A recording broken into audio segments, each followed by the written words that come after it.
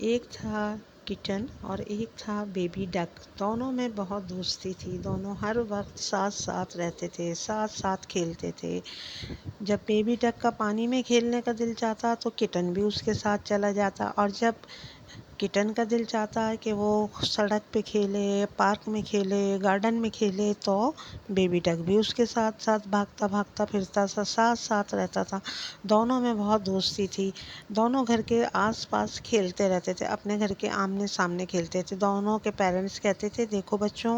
گھر سے دور نہیں جانا، اگر گھر سے دور گئے اور بغیر بتائے گئے تو راستہ بھول جاؤ گے، اور پھر تم گھر نہیں آ سکو گے، نہ تمہیں کوئی کھانے کو دے گا، نہ کوئی پینے کو پانی دے گا، اور آپ کو بھوک پیاس لگے گی تو آپ اکیلے رہو گے اور کھانا پینا دونوں نہیں ملیں گے۔ لیکن یہ دونوں بچے بہت شرارتی تھے اور اپنی امی بابا سے چھپ چھپ کے سارے میں باہر گھومتے تھے، ایک ساتھ ہر جگہ کھیلتے کودتے۔ ان کی بہت زیادہ دوستی تھی، اس وجہ سے یہ دونوں ساتھ مل کے بہت ساری شرارتیں کرتے تھے۔ کٹن کا دل چاہتا تو وہ دیواروں پہ چڑھ جاتا، اور جب بیبی ڈک کا دل چاہتا تو وہ پانی میں تیرنے چلا جاتا۔ تھوڑی دیر تک تو اس کے ساتھ کٹن بھی چلتا، لیکن جب پانی گہرا ہونے لگتا تو بیبی ڈک تو آرام سے ٹہلتا رہتا، تیرتا رہتا، لیکن کٹن گھبرا کے پانی سے باہر نکلنے کی کوشش کرتا۔ بیبی ڈک اس کو تسلی دیتا کہ میں تمہیں سنبھال لوں گا، تم فکر نہیں کرو، ڈرو نہیں، میں تمہیں بچا لوں گا، ڈوبنے نہیں دوں گا۔ اور جب بیبی ڈک اس کے ساتھ ساتھ رہتا تو کٹن بھی بہت انجوائے کرتا۔ دونوں اپنے ساتھ ساتھ بہت خوش رہتے تھے، اور اسی طرح سے ایک دن اپنے گھر سے بہت دور آ گئے۔ وہ اپنی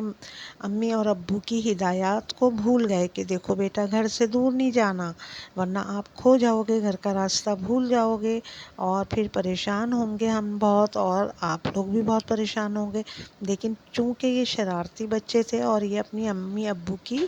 بات نہیں مانی انہوں نے، اور بلکہ کہنا مانتے تھے، لیکن کھیل میں لگ کے کھیل میں اتنے مگن ہو گئے کہ ان کو یاد ہی نہیں رہا کہ ان اپنے گھر سے کتنی دور آ گئے۔ اب جب وہ گھر سے دور آ گئے اور اب انہیں گھر کا راستہ نہیں مل رہا تھا، اور گھر سے بہت دور آ کے دونوں پریشان ہو گئے اور اپنے گھر کے راستے کو ڈھونڈنے لگے۔ لیکن وہ دونوں رو رہے تھے اور پریشان بھی ہو رہے تھے، انہیں بھوک بھی لگ رہی تھی، اور بیبی کٹن کو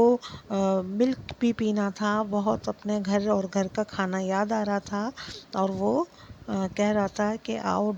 بیبی ڈک سے وہ کہہ رہا تھا آؤ اب گھر کو ڈھونڈتے ہیں اور واپس چلتے ہیں، لیکن انہیں گھر مل نہیں رہا تھا۔ تو بچوں، ہمیں اس کہانی سے یہ سبق ملتا ہے کہ ہمیں اپنے امی ابو کی بات ماننی چاہیے، اور کبھی بھی اپنے گھر سے زیادہ دور نہیں جانا چاہیے، اور اپنے گھر والوں کو بتائے بغیر کہیں بھی نہیں جانا چاہیے۔